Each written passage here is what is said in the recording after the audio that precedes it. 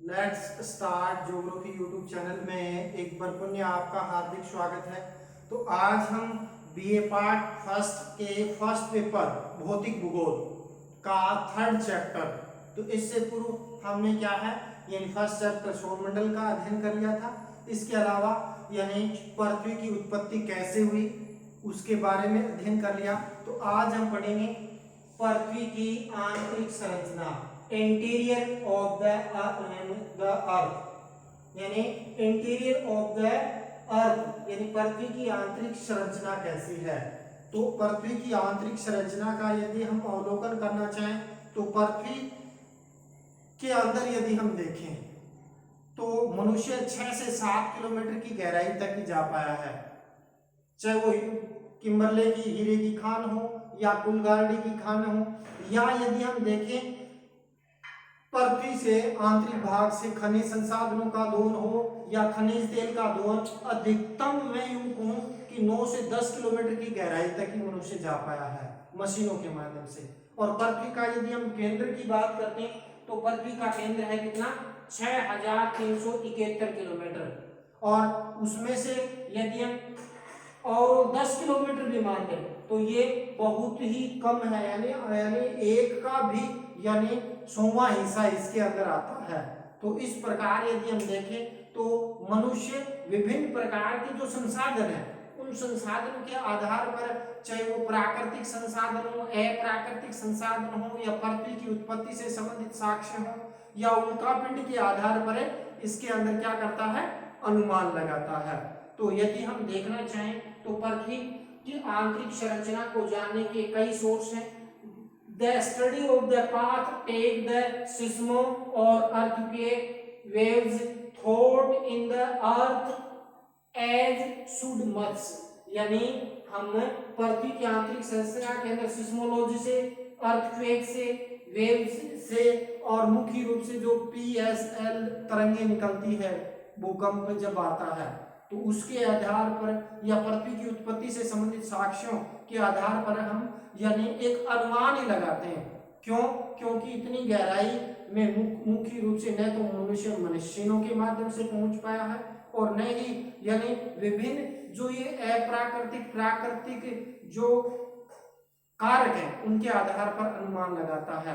तो आज के हमारे टॉपिक में पृथ्वी की आंतरिक संरचना को जानने के स्रोत कौन कौन से हैं, इसके अलावा पृथ्वी की आंतरिक संरचना कैसी है, पृथ्वी में कौन कौन सी प्रमुख रूप से चट्टानें पाई जाती है, और विभिन्न भूगोलवेताओं के मतों का अध्ययन करेंगे।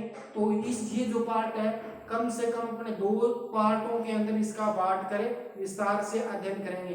तो पृथ्वी की आंतरिक संरचना यदि हम देखना चाहें तो अपने ग्लोब है, तो ग्लोब के अंदर यदि हम इसकी लोकेशन देखना चाहें तो ग्लोब के अंदर यानी पृथ्वी का आधा भाग यहाँ दिखाया गया है, और उसके बाद यदि इसका हम देखना चाहें तो पृथ्वी का यानी ऊपरी काट दिखाया गया, ऊपरी परत आ जाती है क्रस्ट, निचली आ जाती है मेंटल, इनर कोर और आउटर कोर। इस प्रकार से मुख्य रूप से क्या है, 3 मंडलों के अंदर बांटी गई। ये पृथ्वी का यानी आधा भाग दिखाया गया जिसमें ऊपरी काट को यानी प्रमुख रूप से प्रदर्शित किया गया है, और ये साउथ अमेरिकन प्लेट है जो पश्चिम दिशा की तरफ क्या है, इसका विस्थापन हो रहा है। यदि हम बात करते हैं यानी अफ्रीकन प्लेट है, वो अफ्रीकन प्लेट मुंह हो रही है यानी पूर्व की तरफ, जिसके कारण इस जो मुख्य रूप से प्लेटों में हलचल की वजह से इसके अंदर गतियां उत्पन्न होती है, और ये जो मुख्य रूप से क्या है, भूकंप ज्वालामुखी जैसी घटनाएं प्रमुख रूप से होती है। जैसे आगे हम पढ़ेंगे प्लेट विवर्तनी की, उसके अंदर भी यानी इसके अंदर हम देखेंगे प्लेटों में कौन कौन सी गतियां, उसका विस्तार से अध्ययन करेंगे। तो आज हम देखना चाहें तो पृथ्वी की आंतरिक संरचना पे जानने वाले सोर्स को मुख्य रूप से तो 3 कैटेगरी के अंदर, यानी उल्कापिंड को यदि हम प्राकृतिक कारक में भी शामिल कर सकते हैं, अलग भी उसको शामिल किया जा सकता है। तो अप्राकृतिक कारक है कौन से, आर्टिफिशियल सोर्स कौन कौन से हैं, उसकी हम बात करते हैं। तो एक तो आता है घनत्व यानी डेंसिटी, और घनत्व के अंदर हम बात करते हैं यानी जैसे जैसे हम पृथ्वी के आंतरिक भाग में जाते हैं चट्टानों के घनत्व के अंदर वृद्धि होती है, और उसका मुख्य रूप से एक चट्टान का दूसरी चट्टान पर दबाव भी है, दूसरा यानी नीचे हम जाते हैं तो बाहरी खनिज पदार्थ है वो पाए जाते हैं। पृथ्वी का जो औसत घनत्व पाया जाता है 5.5 यानी 1.7 ग्राम प्रति घन सेमी, यानी इसका घनत्व है वो पाया जाता है। तो जैसे हम बात करते हैं ऊपरी क्रस्ट, तो ऊपरी क्रस्ट का घनत्व है 2.8 से लगभग 3 के मध्य पाया जाता है। यानी कि हम बात करते हैं तो लगभग यानी 10 तक पाया जाता है, यानी 3 के बाद 10 तक। इसके बाद यदि हम बात करते हैं कोर में, तो यानी औसत घनत्व पाया जाता है 11 इसके अंदर पाया जाता है। तो इस प्रकार हम देखें तो जैसे जैसे हम नीचे जाते हैं एक चट्टान से दूसरी चट्टान का दबाव भी पड़ता है, भारी खनिज पदार्थ है जिसके कारण वहां अधिक घनत्व दिखने को मिलता है। इसके आधार पर अनुमान लगाते हैं कि पृथ्वी का आंतरिक भाग है वो ठोस अवस्था में है। फिर आता है दबाव, प्रेशर, यानी एक चट्टान का दूसरी चट्टान पर प्रेशर होता है तो एक सीमा तक तो यानी ठोस पिंड रह सकता है, उसके बाद द्रव्य अवस्था में परिवर्तित हो सकता है। तो इस मत के अनुसार पृथ्वी का कुछ भाग ठोस अवस्था में है और कुछ भाग द्रव्य अवस्था के अंदर पाया जाता है। इसके बाद हम बात करते हैं तापमान की। तो तापमान का यदि हम अवलोकन करना चाहें तो पृथ्वी के भीतर 32 मीटर की गहराई पर जाने पर 1 डिग्री सेंटीग्रेड तापमान बढ़ता है।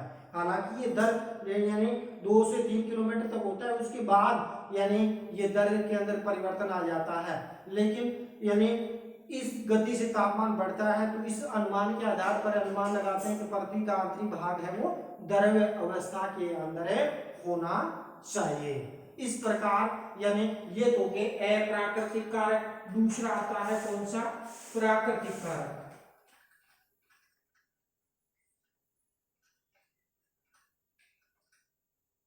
Natural sources. नेचुरल सोर्स के अंदर यदि हम देखना चाहें तो इनको दो प्रमुख वर्गों में विभाजित किया जा सकता है। एक तो आता है ज्वालामुखी उद्गार, यानी वैल्कनों के अंदर जो उद्गार होता है और उद्गार के द्वारा निकला हुआ जो विभिन्न प्रकार का ठोस अवशिष्ट पदार्थ है, उसमें लावा है, राख की मात्रा है और विभिन्न प्रकार की गैसें हैं, और उसके आधार पर अनुमान लगाते हैं कि पृथ्वी के आंतरिक भाग में एक मैग्मा चैम्बर भी पाया जाता है, वो तरल अवस्था के अंदर है, कुछ भाग ठोस अवस्था में है और जो गैसें निकलती है उसके आधार पर यानी उसको कुछ भाग गैसीय अवस्था के अंदर भी मानते हैं। उसके बाद दूसरा हम देखते हैं भूकंप, अर्थक्वेक और भूकंप विज्ञान। इसके अंदर क्या होता है, जब पृथ्वी के अंदर कमजोर भाग होते हैं, पृथ्वी के आंतरिक भाग में रेडियोधर्मी पदार्थ पाए जाते हैं, उन रेडियोधर्मी पदार्थों की वजह से क्या है, चट्टानों में हेरफेर होता है, दबाव पड़ता है ऊपर वाली चट्टानों में, और दबाव पड़ेगा तो मुख्य रूप से क्या होता है, ऊपर वाली चट्टानों के अंदर भूकंप के अंदर विभिन्न प्रकार की तरंगें, सामान्य रूप से P, S और L तरंगें निकलती है, और इनकी अलग अलग प्रकार की चट्टानों में अलग अलग प्रकार का व्यवहार होता है, या यूं कहें ये ठोस में अलग व्यवहार करती है, द्रव में अलग, गैसीय अवस्था में अलग। जैसे P तरंगें प्राथमिक तरंगें हैं और ये मुख्य रूप से क्या है, ठोस द्रव गैस तीनों में गुजर सकती है, लेकिन ठोस में इसकी गति सर्वाधिक होती है। किसकी? यानी P तरंगों की। उसके बाद यदि हम देखना चाहें दूसरी तरफ परत आ जाती है कौन सी, यानी S तरंगें। तो S तरंगों कहा जाता है सेकेंडरी वेव, द्वितीय तरंगों के नाम से जाना जाता है, और द्वितीय तरंगें को यानी गौण तरंगें भी कहते हैं। और इस तरंग की यदि हम बात करते हैं तो ये तरंग है द्रव्य पदार्थ में जाकर विलुप्त हो जाती है, ठोस में से गुजर सकती है।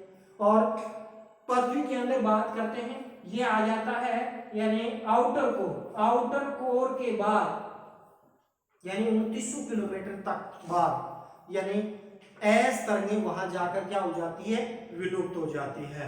तो उसके आधार पर अनुमान लगाते हैं ऊपरी भाग ठोस अवस्था में, लेकिन जो बाह्य जो कोर है वो तरल अवस्था में पाया जाता है। जब आप भूकंप पढ़ेंगे तो इसका छाया चित्र भी देखेंगे, एस तरंगों का छाया चित्र कौन सा है और मुख्य पी तरंगों का छाया चित्र कौन सा है, और कौन कौन सी जो एस, पी एस आदि जो गौण तरंगें उनके बारे में भी अध्ययन करेंगे। इसके बाद हम बात करते हैं यानी थर्ड उल्का पिंड। उल्कापिंड क्या होते हैं, यानी जो क्षुद्र ग्रह हैं, हमने सौर मंडल वाला तो भी पढ़ा था, भी कई उल्कापिंड है वो यानी मार्ग भटकने के कारण पृथ्वी पर यानी घर्षण करते हुए नीचे आते हैं। तो उसका मध्यवर्ती भाग है यानी बाहरी भाग तो जल के नष्ट हो जाता है और उसका अपने हाड़ौती अंचल के अंदर, पश्चिमी राजस्थान के अंदर और पिछले 2014 के अंदर रूस के यूराल पर्वत पर भी गिरा, जिसके कारण यानी एक भारी गहरी झील का निर्माण इसके अंदर हो गया। तो इसके अंदर यदि हम देखना चाहें तो उस उल्कापिंड के आधार पर यानी उल्कापिंड है, ग्रह हैं, क्षुद्र ग्रह, इनका निर्माण पृथ्वी की उत्पत्ति से संबंधित सिद्धांत में यानी उत्पत्ति वाला जो टॉपिक पढ़ा था तो उसमें हमने देखा था कि ये एक ही मुख्य रूप से क्या है यानी अवस्था से मुख्य रूप से बने एक जैसी चट्टानें, उस आधार पर अनुमान लगाते हैं कि उल्कापिंड क्यों ठोस है तो उसमें लोहा और निकल जैसे भारी पदार्थ, उसके आधार पर अनुमान लगाते हैं कि पृथ्वी का आंतरिक संरचना है वो ठोस अवस्था में होनी चाहिए। इसके बाद यदि हम देखना चाहें तो यानी प्राकृतिक हो गया, प्राकृतिक हो गया और इसके अलावा यानी उल्कापिंड इसके अंदर प्रमुख रूप से क्या है आ जाता है। चौथा यदि हम विभाजित करना चाहें पृथ्वी की उत्पत्ति से संबंधित सिद्धांतों के साक्ष्य, तो पृथ्वी की उत्पत्ति से संबंधित सिद्धांतों की यदि हम बात करते हैं तो 3 प्रकार की संकल्पना इसके अंदर आती है। कुछ भूगोलवेत्ता तो पृथ्वी की आंतरिक अवस्था को ठोस अवस्था में मानते हैं, जिसके अंदर ठोस के अंदर का बात करते हैं तो ग्रहण परिकल्पना मुख्य रूप से क्या है इसके अंदर आ जाती है। तो इसके अंदर ग्रहण परिकल्पना यानी चैम्बरलिन की है और मोल्टन की मुख्य रूप से क्या है इसके अंदर आते हैं और वो कहते हैं अंतरतारीय धूली परिकल्पना में विभिन्न प्रकार के धूल कण एकत्रित होने से पृथ्वी का निर्माण हुआ, तो उस आधार पर मानते हैं पृथ्वी का आंतरिक भाग है वो यानी ठोस अवस्था में होना चाहिए। उसके बाद यदि हम ज्वारी परिकल्पना देखें, जेम्स महोदय ने ज्वारी परिकल्पना का प्रतिपादन है वो यानी किया और उन्होंने बताया कि सूर्य और सूर्य से साथी तारा पास से गुजरा तो सूर्य से फंडामेंटल निकला और उसके बाद यानी वर्तमान के जो 8 यानी मुख्य रूप से ग्रह और जो ब्रह्मांड के अंदर असंख्य मात्रा के अंदर जो पाए जाने वाले क्षुद्र ग्रह उनका निर्माण हुआ, तो उस आधार पर अनुमान लगाते हैं पृथ्वी का आंतरिक भाग है वो द्रव्य अवस्था के अंदर होना चाहिए। इसके अलावा यदि हम बात करना चाहें और तो वायव्य निहारिका परिकल्पना, वायव्य निहारिका तो इसमें जो प्रीस व रेटर महोदय ने इसकी परिकल्पना का प्रतिपादन किया और उन्होंने के अनुमान के आधार पर उनके प्रयोग के आधार पर हम बता सकते हैं कि पृथ्वी का आंतरिक भाग है वो गैसीय अवस्था में होना चाहिए। लेकिन ओवरऑल इनका निष्कर्ष निकालें तो इसमें यह साबित होता है कि पृथ्वी की आंतरिक अवस्था है वो लगभग ठोस अवस्था में पाई जाती है। तो मैंने पहले भी डिस्कस कर लिया कि ये अनुमान बेस्ड है क्योंकि पृथ्वी के आंतरिक भाग में लगभग 9 से 10 किलोमीटर तक ही जा पाया है, वो भी मशीनों के माध्यम से। थोड़ा सा अपने देखते हैं रेखा चित्र, ये है अपना पृथ्वी का यानी मुख्य रूप से क्या है आधा भाग, जिसके अंदर यानी ये दिखाया गया है कि साउथ अमेरिका और अफ्रीकी पहले ये जुड़े हुए थे, गोंडवाना लैंड था और गोंडवाना का जो विघटन हुआ अंगारा लैंड और गोंडवाना लैंड बने और उसके बाद धीरे धीरे वर्तमान के जो 8 महाद्वीपों का निर्माण हुआ। तो इसके अंदर प्लेटों के अंदर मुख्य रूप से क्या है गति को इसके अंदर प्रदर्शित किया गया है और पृथ्वी की आंतरिक संरचना में ऊपरी क्रस्ट पर पाई जाती है जो एवरेज मानी जाती है यानी 0 से 33 किलोमीटर या कुछ भूगोलवेत्ता 50 किलोमीटर तक इसकी मोटाई मानते हैं। तो क्रस्ट में हल्के सिलिकेट पदार्थों का मुख्य रूप से क्या है यानी पाई जाती है और जिसके घनत्व की बात करते हैं तो यानी 2.8 से लेकर 3 तक इसका घनत्व है वो पाया जाता है, जिसमें सिलिका और एल्युमिनियम जैसे हल्के सिलिकेट पदार्थ है वो पाए जाते हैं। इसके बाद यानी मेंटल आ जाती है जो 2900 किलोमीटर की गहराई तक पाई जाती है, जिसका एवरेज यदि घनत्व देखना चाहें तो यानी 5.8 ग्राम से लेकर लगभग 9 तक पाया जाता है। और इसके अंदर यदि हम देखना चाहें तो ये जो परत है जैसे जैसे हम नीचे जाते हैं इसके अंदर घनत्व के अंदर क्या होती जाती है वृद्धि होती जाती है। इसके बाद कोर, तो इसका हम अगला चैप्टर आएगा तो उसके अंदर अपने पृथ्वी की आंतरिक संरचना और उनकी परतों का विस्तार से अध्ययन करेंगे। तो इसके अंदर यानी जो मुख्य रूप से स्वयं है जिन्होंने पृथ्वी की 3 परतें मानी, शियाल, सीमा और नेफे, तो उनमें घनत्व कितना है, उसकी कितने किलोमीटर मोटाई कितनी है, उनके बारे में विस्तार से अध्ययन करेंगे। इसके अलावा मुख्य रूप से जोली का मत भी पढ़ेंगे। इसके अलावा अभिन्न मत या नूतन मत के अनुसार पृथ्वी को यानी 3 प्रमुख मंडलों में बांटा गया है, क्रस्ट, मेंटल और कोर। तो उसकी क्या क्या विशेषताएं हैं उनका विस्तार से अध्ययन करेंगे। इसी के साथ आज का टॉपिक यहीं समाप्त करते हैं। जय हिंद, जय भारत।